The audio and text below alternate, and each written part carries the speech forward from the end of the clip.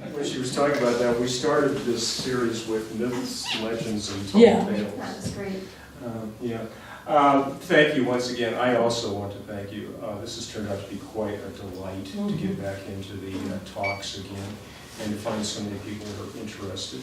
And while I wanted to share history with you, many of you have shared your history with me, and it's been an absolute delight. I've found some sources for some information that I didn't know existed, and I've also found some books that I didn't know that were on my lists and things like that. So I appreciate the feedback from you as well. So hopefully we're going to continue this next winter, and we'll come up with some new topics and have a great, great time. So today is transportation, and when we were setting this up, I had no idea that we were going to have this on the eve of our next major transportation issue. And we're not even going to discuss any of that. As I said just a few minutes ago, this is not a serious debate or discussion of transportation. I just thought it would be fun to look at transportation over the years. There are many, many topics as an historian. When you get with other historians, we find that some things just don't change. When you're reading the newspapers or articles or diaries, you sometimes, in your research, forget the date of what you're reading because it's the same issue. Whether it's transportation or dogs running loose or affordable housing or it costs too much to live here, those issues are throughout the history of this community. So I just thought it would be kind of fun to look at transportation from a fun point of view, and maybe we'll have a different perspective. So, at any rate, for thousands and thousands of years, the only method of transportation was walking. And we know that ancient people were here a long time ago, but we don't know who was first. We don't know if it was Folsom or Clovis Man. We do have 8,000 years ago, we have Timberline Man who was living nearby in a cave in the White River Forest, and we know that he was in this region. Maybe he or his relatives walked through this valley, we don't know, but they would have had to walk to get here. In more recent times, we had Yarmany Man living in pit houses along the Colorado River, just above State Bridge. That was 6,000 years ago. And then in more recent times, we have the Native Americans. And the Native Americans, the Ute Indians in particular, show up about 1,600 years ago. I know their culture says they were here forever, but they appear about that time. And they too walked. So the only materials that they could carry was all they had. And they were nomadic. We do know that they camped in this valley. We know that they camped in the adjoining valleys, Castle Creek and such. So they were here and they were on foot as well. Until about 1640, 1650, right about that point in time, their culture made an incredible transition. Their culture, their entire method of living changed. They acquired the horse. The horses. The horse. From the Spanish. And yes, they would acquire. The Spanish were not supposed to sell them, but there were feral horses that got loose. They would capture those. They would trade with the Jicarilla Apache. They became very accomplished. But it also dramatically changed their environment. Because now the horse ate the grasses and the grains in the fields. It required lots of water. So they could devastate an area that used to be a hunting ground just to feed their horses. They could destroy a watershed just because of their horses, small springs. So they had to travel further. And as they traveled further, they met other Native Americans with horses who also had the same situation. They could carry more stuff. they could travel further and they began to conflict with each other. And this happened with the Utes in particular, the Shoshone to the north and the Sioux on the eastern plains were conflicting, and then eventually the Hickory and Apache to the south began to become a problem. About what years, please? About 1640, they began to become, they were aware of the horses with the Spanish as early as the 1400s, but about mid-1600s, there were enough horses and they became a different culture to start with. And this, of course, created problems because they could carry more stuff, which meant they could cut more timber, they could make teepees instead of wickiups, etc. And they needed to transport their people. And oftentimes they didn't have enough horses, so they went to mass transit. So nothing is new. The more things change, the more they stay the same. And then in the 1860s, of course, actually before the prospector were the fur trackers. And again, they were on foot. It was impractical to have a horse. Horses are not what you want in the mountains. The prospectors come, and they come with burros and donkeys. Donkey, they're the same genus, different species. The donkey is African, and the burro is Mediterranean. And the burro is slightly smaller. They prefer the burros because they're even more docile than the donkeys. But it's an ideal means of transportation for carrying supplies. A burro will carry about 190 pounds of material. They don't require oats. They don't require a lot of water. They will eat whatever is around, whether you're at Timberline or in the Great Plains. They will stick around camp. You don't need to hobble them. They don't wander off, and they are very sure-footed. They are not stubborn, as legend might lead you to believe, but they will stop and not move if their load becomes changed. If their load is getting loose, or if a strap has come loose, they will simply stop and wait until the adjustments are made, and they will continue. Very intelligent and very domesticated. They're very tolerant of people. They like people. Eventually, when burros are abandoned and they're wandering around Aspen, they become the play ponies, little ponies for children. So, And that's Mr. Armstrong there. that is Charlie Armstrong on the right-hand side. If you've not read the Diaries of Charlie Armstrong, please do so.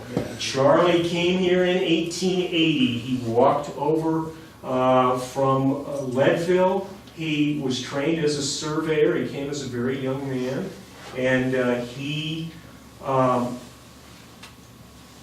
started living in one of the first communities in the valley, Highland. Highland was not the ski area. It was a town 6 miles up Castle Creek, where Conundrum Creek meets Castle Creek.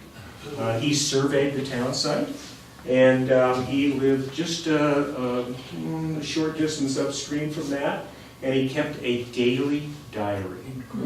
Now, this is not just a diary of some rich person. We know everything about the Jerome Wheelers and the David Hymans. This is a guy, he writes, got up this morning, had ham and bacon, went out, shot a deer, went fishing, and then in the evening he tells you how many drinks he had. He swears off drinking quite often. An incredible discovery, Charlie Armstrong. But this is typical. When he came, he did not come with burros, he walked. And he did not walk past Independence. He came over south, down the south drainage, which is called Difficult Creek. So he went up Lost Boy and then over the top. Wasn't his diary found in like in Georgetown? Yeah. Chris Buys is a professor in Grand Junction, and his hobby is history. And he's written Telluride Historic Pictures and a couple of others, and he decided to write Aspen in historic photos. And he was here in the archives one day, and I happened to walk in at the same time. and he had an obscure map. And he said, it says there's a mill. And I said, yeah, I know where that mill's at. And we walked up to the mill. It was the mill at the top of Difficult. And he says, well, he had a cabin. I said, well, I think I know where that's at. And we went and we found the remnants of the cabin after the Forest Service destroyed it, but for other reasons. But so we became very good friends. And while he was doing this, he went to Georgetown. There's a little antique shop that's awesome. And this guy says, oh yeah, you're doing something on Aspen. I've got these old mining books, something. And they were all of his diaries except one. And one was missing. And we got to thinking about it, or I got to thinking about it, and we had a Xerox copy of that diary downstairs, and we traced it to the lady down valley who had it. So it's an absolutely amazing discovery. You're always looking for the holy grail. So Chris, That was before that was published? yeah, Chris and I sat there for months and months, and he would Xerox it off and send it to me, and I would transcribe some, and he would transcribe some, and he'd say, what is this, and where is that? And so it was just a ball. Yeah, it was just amazing. So we're already behind. So this is how you transferred goods to Aspen in the early years. So if you complain about traffic jams today, please take in mind that this is one-way traffic. Now, if you're a four-wheeler, you know that there's a rule in Colorado. The person going up has the right-of-way. The person going down has to back up and get out of the way. As you can imagine, there are legendary tales of the fisticuffs which took place not only on Independence Pass, but throughout the state of Colorado. This is where that rule came from. So if you can imagine, I think I counted 20 burros in there, all carrying their supplies. I do not know where that's taken, but it does give you an idea of the tenacity and the difficulty of bringing in material. How do you back up 20 burros? That's a good question. Very careful. Yes. Very good question. So eventually they wind up making trails, and they used a lot of existing trails. For example, Taylor Park was discovered by Mr. Taylor, who had noticed that the Indians left Twin Lakes. They would come up to where Lake Creek divides, south and north. And they would take South Lake Creek, and they would go up over where the corner of Chaffee County, Pitkin County, and Lake County exists today. And they called that Red Mountain Pass. Today it's called Lake Creek Pass, I believe. But they used existing trails, and eventually those trails began to get a little wider as they went along. And this shows you the weight that they could carry. That's on Aspen Mountain. But just an idea, they could carry unbelievable loads. Some classic photos in Telluride, for example, when they needed thousands of feet of cable. They would have a roll of cable on one burrow, and the cable would go to the next roll, and to the next burrow, and the next burrow, and the next burrow. Continuous rolls. So pretty incredible. There were photographs of these burros carrying pipes that are 25, 30 feet long, trying to go around corners. So when we think it's difficult driving around Aspen today, or getting to and from Aspen, just think of the creativity of these guys. Eventually the trails would get a little wider. The mail was delivered to Aspen 3 times a week. Some of it came down Castle Creek, some of it came over Independence Pass. I believe at one time he had a route, and he left Buena Vista, went to Granite. Well, left Buena Vista, went over Cottonwood, over Taylor Pass to Ashcroft to Aspen, and then over Independence to Leadville, and then back to Buena Vista.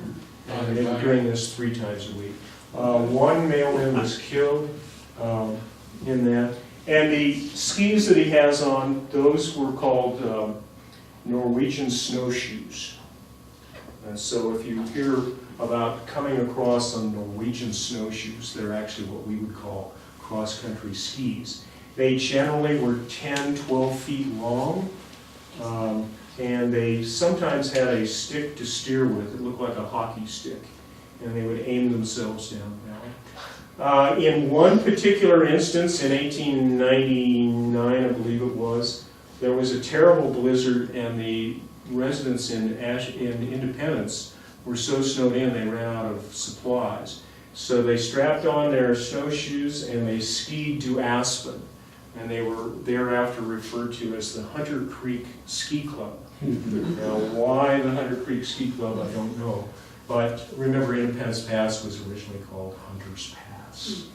But eventually the trails were widened, and we needed roads. So toll roads were the first way to finance a road.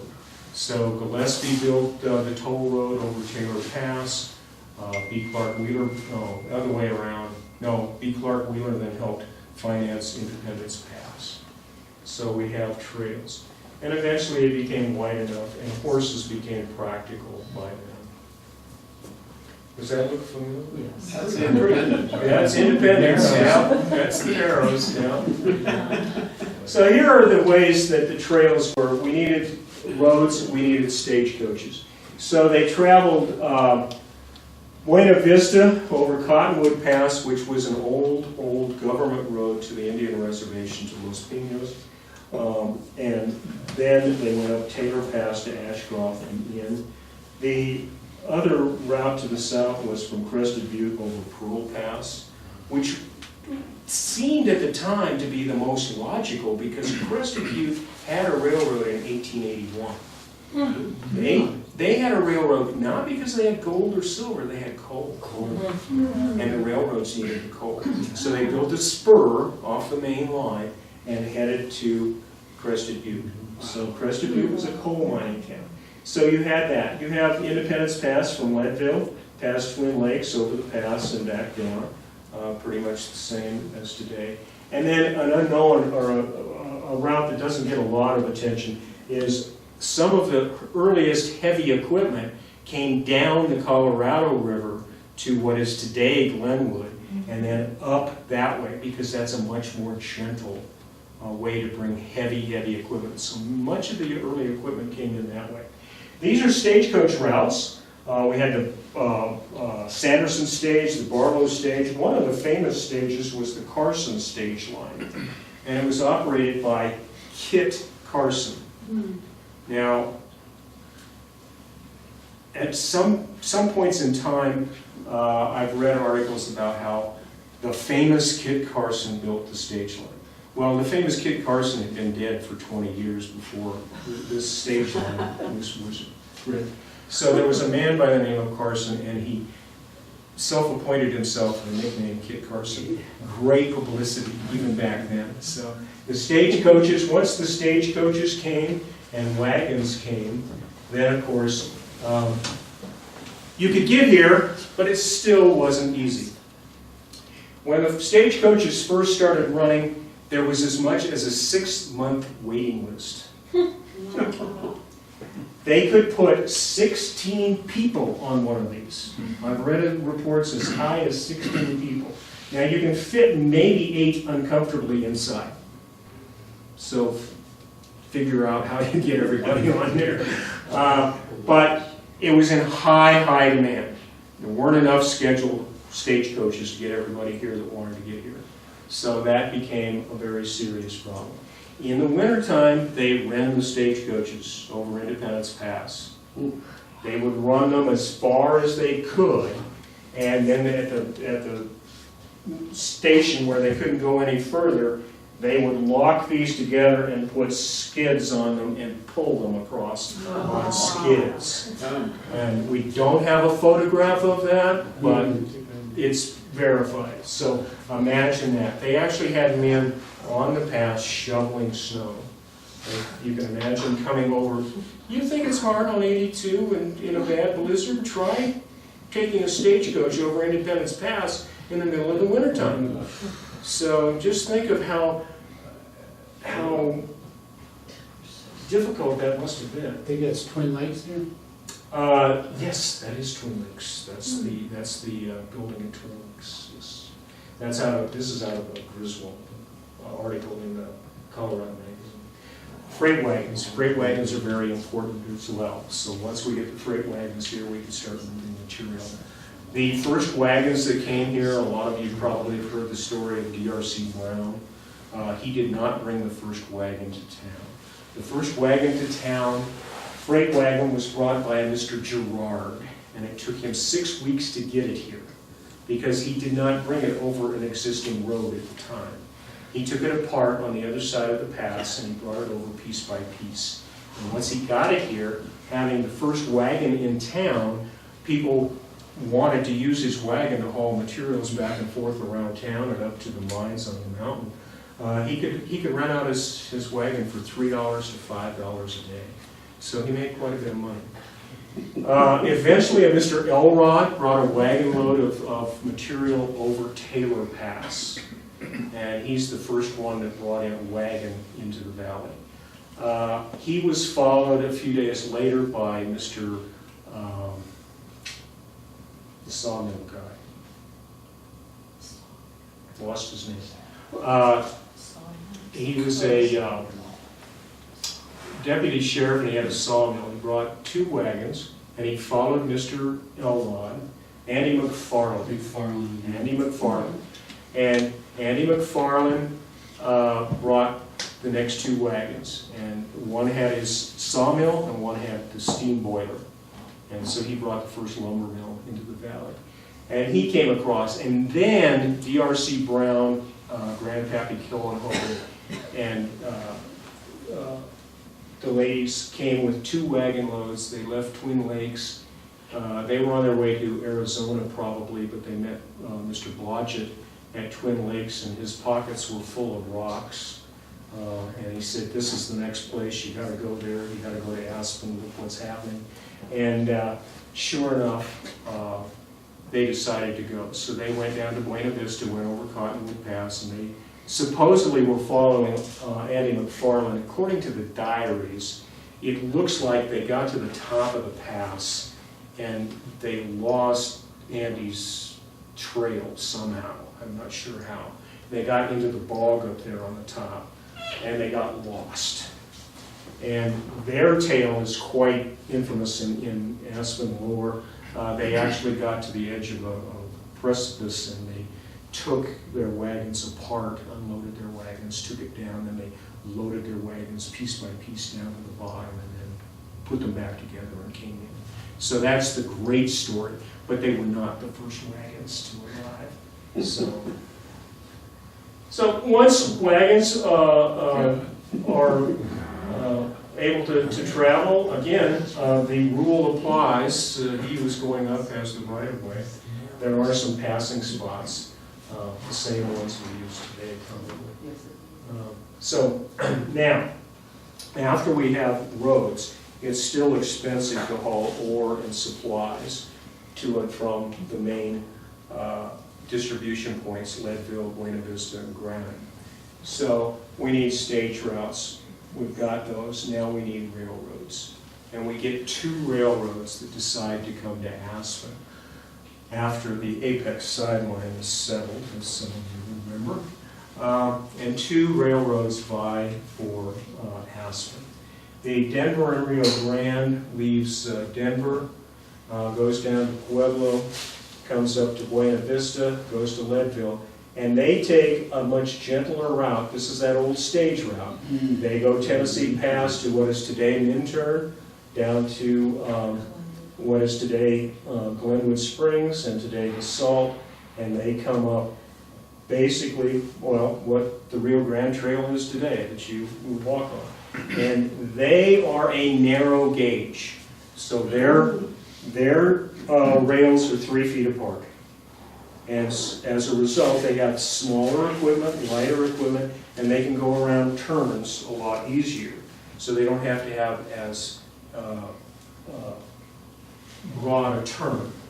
What is amazing is at the same time, the Midland, which comes out of Colorado Springs, comes up to Buena Vista to Leadville, They are more ambitious. They are a standard gauge railroad. Now, this is really the first attempt at a standard gauge railroad in the Colorado Rockies. This is an engineering marvel because these rails are 4 feet 8 inches. 8.5 inches. Yeah, you're right. Okay. Just kidding. Okay, he's going to take over nothing. What he does is he comes up past Turquoise Lake, and they build a monstrous, huge trestle, which goes basically along the sides of the mountain until they get near the top of Hagerman Pass, where they build a tunnel. And they build a tunnel through the mountain. This is an amazing engineering feat. Leadville papers are reporting about it every day. How far they're going, how much equipment, etc. The road that you take today, which is Hagerman Pass, which goes over the top, that was the construction road, so they could haul supplies back and forth. So today it's a beautiful drive. Well, where Ivanhoe Lake is today, that was the entrance to the tunnel, and it went through to the other side. Wow. Now later, Mr. Carlton will build a tunnel lower down on the mountain, 3 times longer. And his idea is, I can make it easier for everybody, I'll build this tunnel and sell it to the railroad. A lot of problems with the business of the railroad. Was one of those the Alpine Tunnel? No, the What was Alpine that? Tunnel is right about there. Was that on the way to Crested View? that's- Is that, Yeah, this is on south of Cottonwood Pass, which is right in about here somewhere, into Taylor Park. So it's out of Buena Vista. Is it St. Elmo? You go to St. Elmo and then up to the Alpine Tunnel. so that was the Rio Grande, that was the Alpine Tunnel? Yes. Yeah, no, this is the Hagerman Tunnel and the Carlton Tunnel. And this will be quite important a little later. But the railroads arrive, and once the railroads arrive, we can run massive amounts. Charlie Armstrong was here. When the railroads arrived, Charlie talked about the railroads. He had come to town, and he would sit up here on the bluff over here and watch them build the railroad tracks. He talks in his diary about how amazing this is and how many men are working on this. The Denver and Rio Grande has something like 400 men working at a time. What you should understand is the Denver and Rio Grande, when they did build their narrow gauge, they put in extra wide railroad ties. Because they knew if this thing came about, they might have to compete against the Midland. The Midland could haul more in fewer cars with lighter equipment. So, sure enough, a few years later, I think it was 1889, in 24 hours, the entire Denver and Rio Grande changed from narrow gauge to standard gauge. Wow.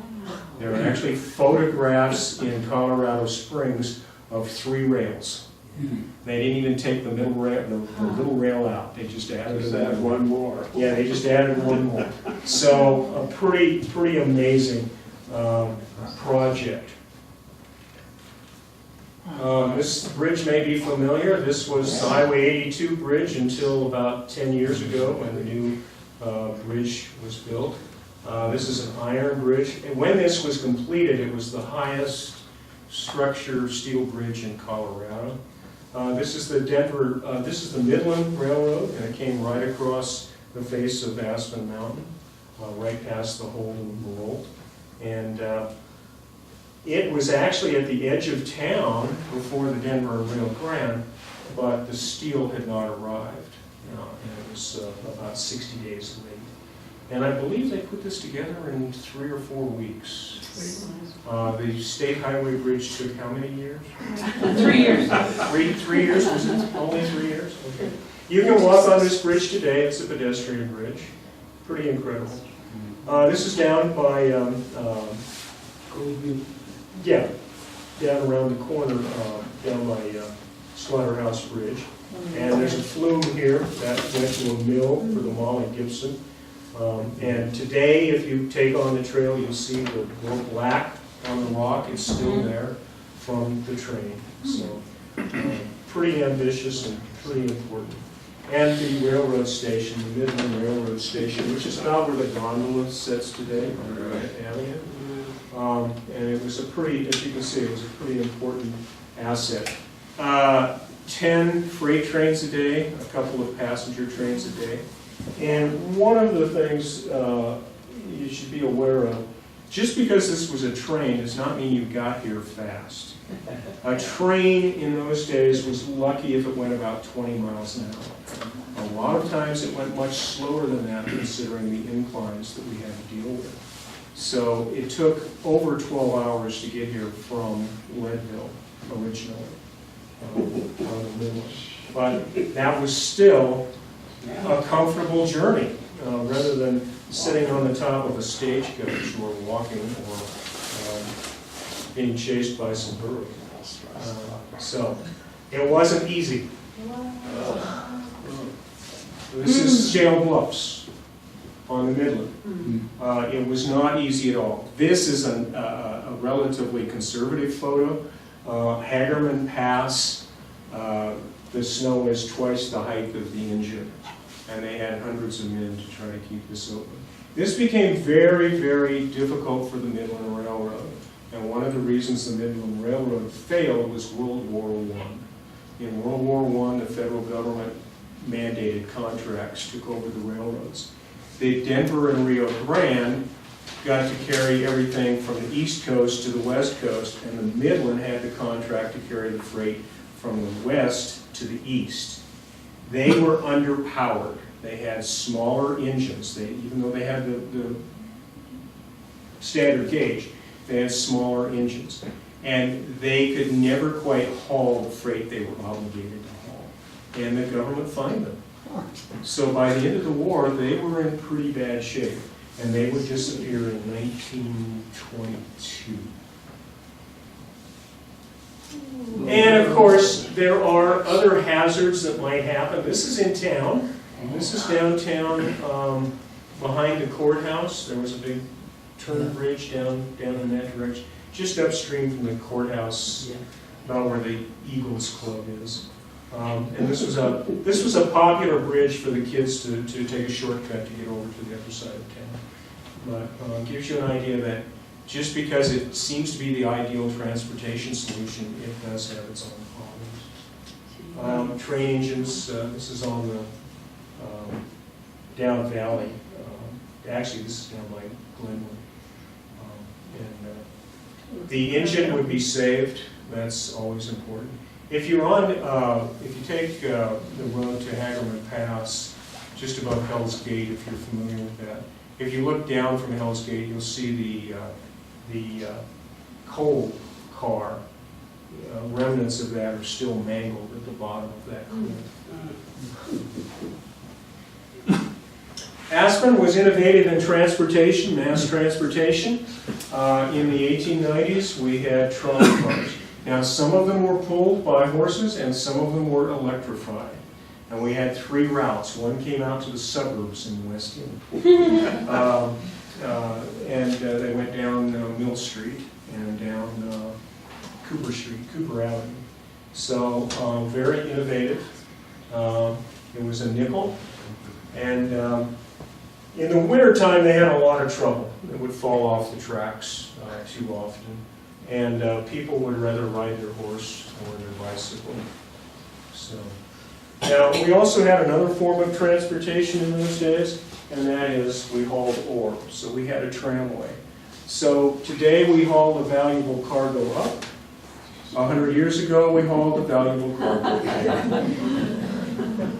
But another form of transportation. And of course, bicycling was the rage. It was a big deal, and everybody had bicycles. And ladies could ride bicycles. They had bicycle clubs. They had Saturday afternoon rides from Denver to south of Denver to Castle Rock and back.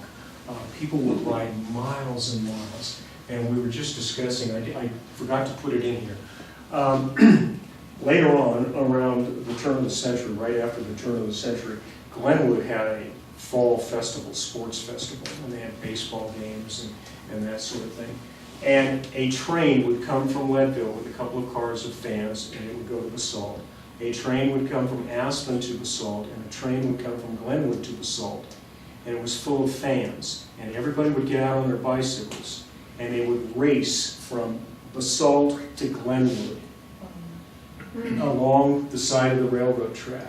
And the fans would be in the train cheering as they're going along. Sometimes the riders would get ahead of the train. That's how fast they were going. And then toward the end of the race, the train would speed up and try to get to the finish line in time so everybody could get out and congratulate. And we were talking, one of the famous riders was Duflicker Mogan. And Duflicker got his name. He was an electrician in town. Electricity was kind of primitive in those days. And he would, if, say, a light wasn't working in your room, he would leave you in the room. He would go and mess with the wires. And he would say, "Do they flicker? Do they flicker? Do they flicker?" And everybody started to call him Duflicker Mogan. So that's how he got his name. Skiing was popular, again, and people enjoyed skiing as a recreation and getting around. And there was actually a ski club in town long before the Aspen Ski Club. They used the hill behind Mill Street and skied down to Howland Lake. That was their big thrill. A lot of people would make homemade skis. Horse racing, another form of transportation. This is the horse racing track out at the Aspen Institute. There's some remnants of it left. You could get 1,500 people or more at a horse racing event. And then the automobile.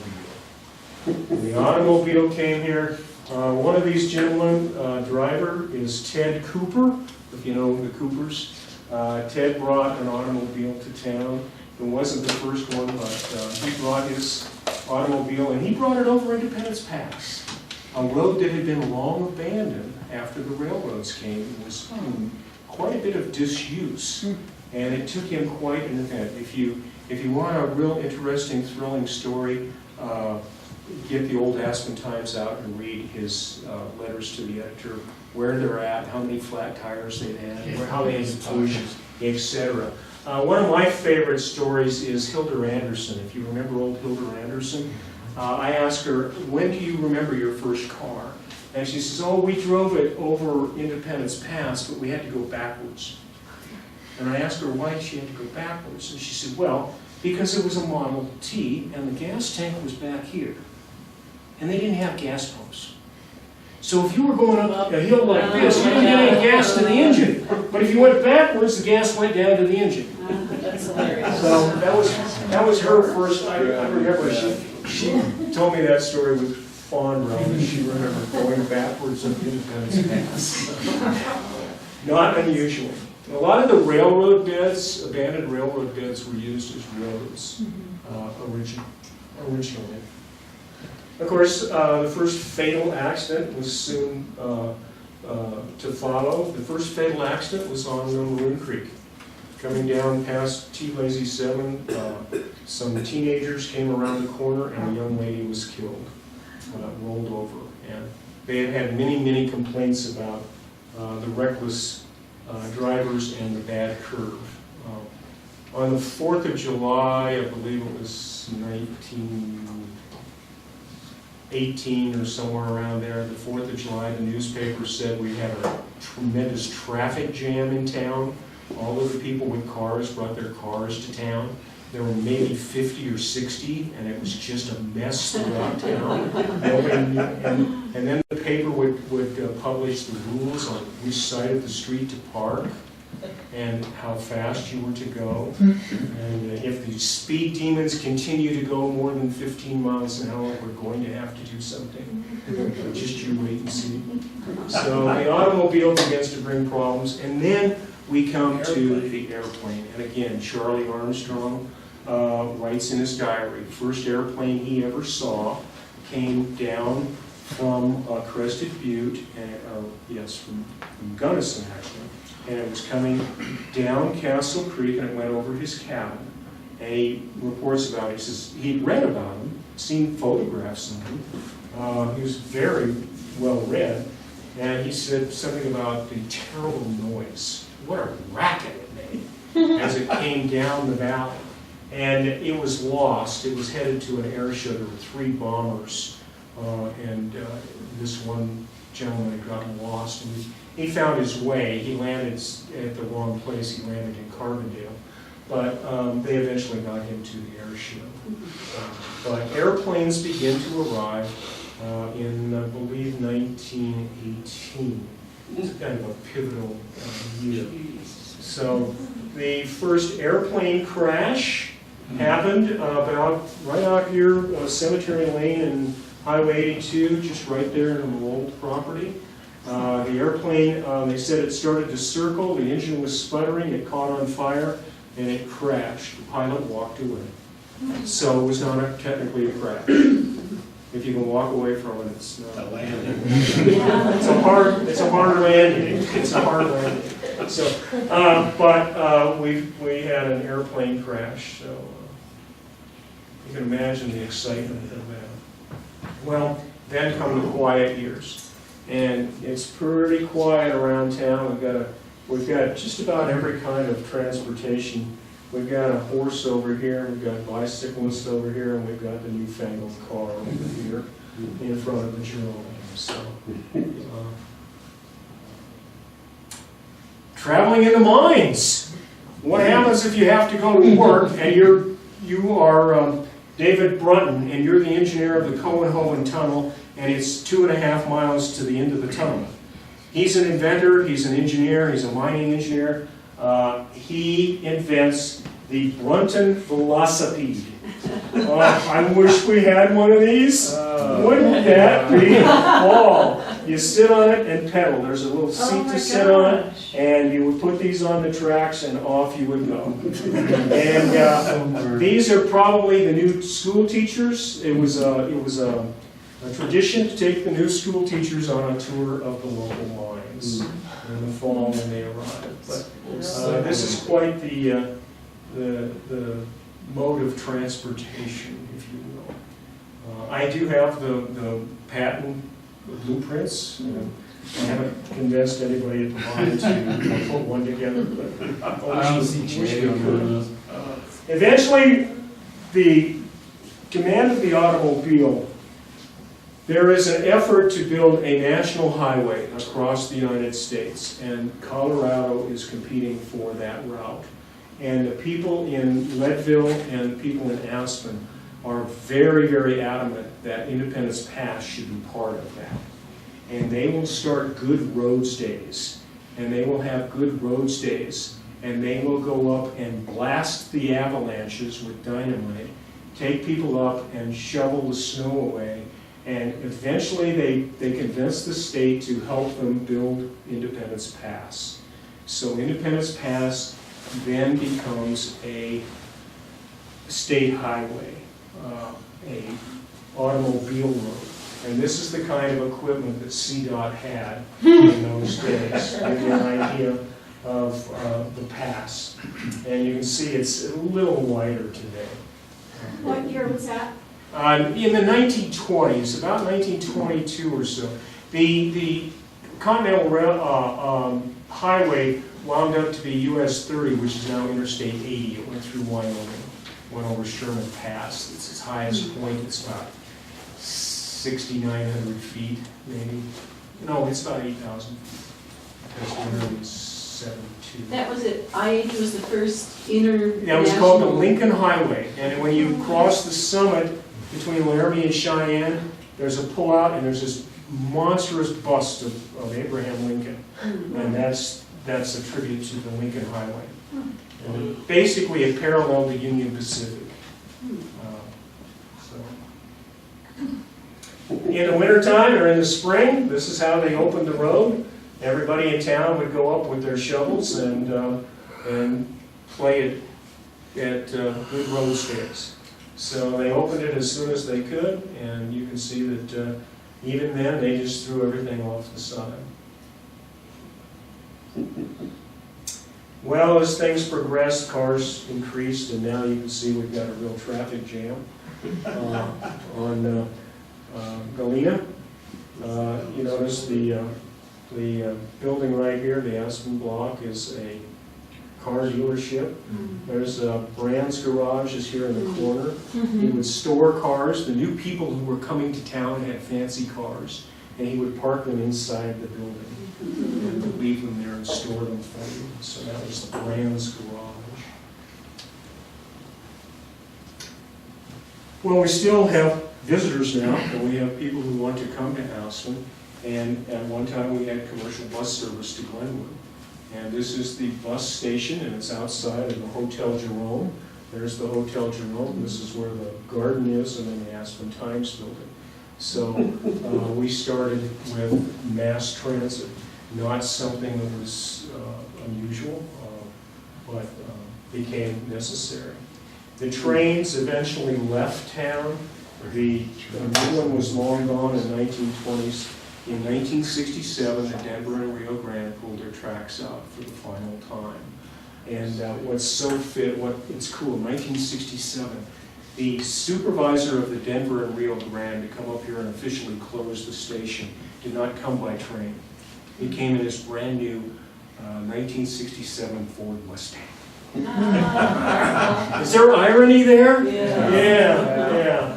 It was reported. So this station is now out at the Airport Business Center. It used to be a furniture store. I don't know what it is today.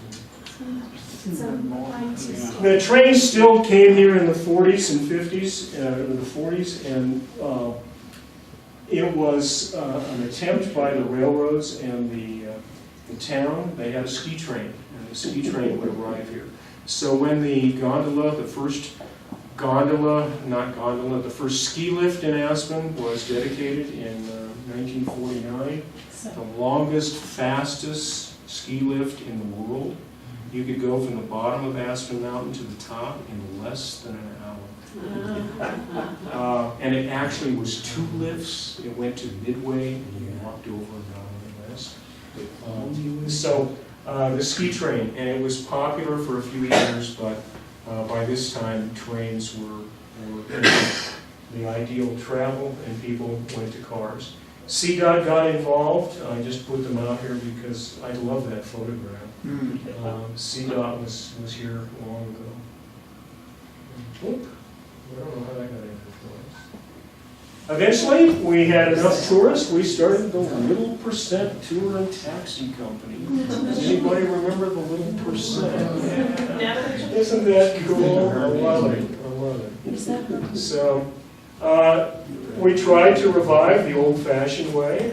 This was before the mall, and people brought in they hauled people around in sleds. It's kind of like we do this winter. And then we started with the ski shuttle. I think that's Fred Island right there. And Natalie Janus, right? Yeah. And the bull wheel broke? No, I don't have a photo of that one. But this is probably about. Yeah, this is about the same time. Yes, I did not bring them. There's so many photos I could use. The bull wheel broke on the lift, and everybody in town who had a Jeep, which was incredibly popular to have in those days, they loaded everybody up and took them on the road up toward Ashcroft and took them up the Midnight Line Road and brought them to the top of the mountain. It was an incredible, fun sense of community. Everybody grabbed together and worked together. But we used some pretty creative transportation. I thought this is not a Volkswagen. This is some sort of international or something. But Yeah, there was a whole back and forth on Facebook when we put that. Yeah. It said Volkswagen. People were like, oh no, it's not. And then, of course, we need to get more people here and easier, so let's use the latest and greatest. Let's bring that airplane back again. The airport was dedicated in 1948. This is one of the first terminals, and I love that terminal. Look at that aspen leaf, the symbol of Aspen. It's probably asbestos siding that will. Yeah. So aircraft begins. One of the favorite aircraft, I'm leaping forward a little bit. This is one of my favorite aircraft. This is a Goonie Bird. This is a DC-3. This plane is phenomenal in aircraft history. It will flap its wings for you to fly. It's just an amazing thing. What this does not show is when the DC-3s came to Aspen originally, strapped on the belly right here were JATO rockets. Now, if you know what JATO rockets are, it's just a rocket engine that burns like crazy for 30 seconds. And they would use them to get aircraft up as fast as possible. And aircraft that could not take off on a short runway, etc. An incredible sight to see if you've ever seen it. C-130s, we used to put them on the sides of the parachute doors. And instead of going like this, you went like this. It's just amazing. They would just burn the fuel? Well, The same fuel? they never burned them. The reason they had the JATO on was the FAA said a DC-3 on takeoff couldn't recover if it lost one engine. So they gave them 30 seconds of jet fuel to get up high enough so they could circle and make a crash, landing. Fortunately, they never fired them. So just think of, if you think it was fun flying, how about getting on a DC-3 in Denver and they got rockets on the bottom of it, which are not that stable to begin with. Aspen Scareways. Yeah, Aspen Yes. Scareways, remember that one. My first trip into Aspen was on a DC-3. DC-3. And did you get the JATO right or not? No. No, they eventually took them off. The Convair 580s, which were a one-way, and of course the private aircraft were lined up. A different style of private aircraft back then. They had this funny thing called a propeller. I'm an old prop man, I've always worked on props, so I like propellers. The Convair 580, very reliable. There's another shot. The Aspen Airways. And then Rocky Mountain came with the Dash 7, a little 4-engine Dash 7. An incredible airplane. I love that airplane. It had a great glide slope, which was fortunate because it did crash quite often. Pop up on the top of the wing. Yeah. Were they able to fly all year long? Yeah, they fly year round. Yeah. And then, of course, the airport has changed over the years. The aircraft has changed. And today, of course, as I said, we haul the valuable cargo up instead of down. Well, we need mass transit. We need something in town, so we started with the Aspen Free Shuttle. This was one of many styles of buses that we used. The Aspen, this is the Aspen to El Jebel. Can you imagine riding on that today? Probably took the same amount of time. The taxi companies, I do not have a photograph of you. Can't come. I'm sorry. I've got your competitor. We wound up buying them. Things were kind of irreverent in the 60s, 70s, and so we started with taxi cabs as well. If you don't recognize, this is Paradise Bakery. That was the gas station, Blasi's gas. I know Blasi's was down there. And of course, the ever vigilant, we have to kind of think about how difficult it is. Remember the snowplow that the train had. Same problem here. We've got and a lot of, we need to give these people a lot of credit. It's not an easy job. So. Traffic becomes a problem. Oh, I think that's the Castle Creek Bridge. I didn't know that. So you can see traffic has become a problem once again. And the Ruby Park. This is Ruby Park. And notice the outhouse. No, that's a refrigerator. I'm not sure what the refrigerator's doing. This is the first attempt at Ruby Park. Wow. And the colors have changed quite a bit. And again, county folks. Can't give them enough credit. Not an easy job to do. This is a step up. This is the free buttermilk ride. Jim Adams. Yes, Adams. That's Jim Adams. Yeah.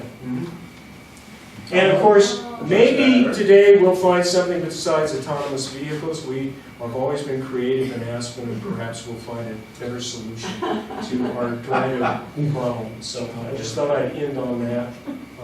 Might as well have fun with transportation. I made it through all of them. Yeah, in 60 minutes.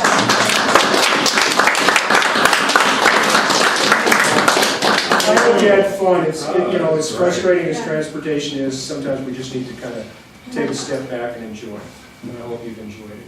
So, hope you've enjoyed this series, and I look forward to working with several of you over the next few months. So, and I will probably, I hope, see you next winter.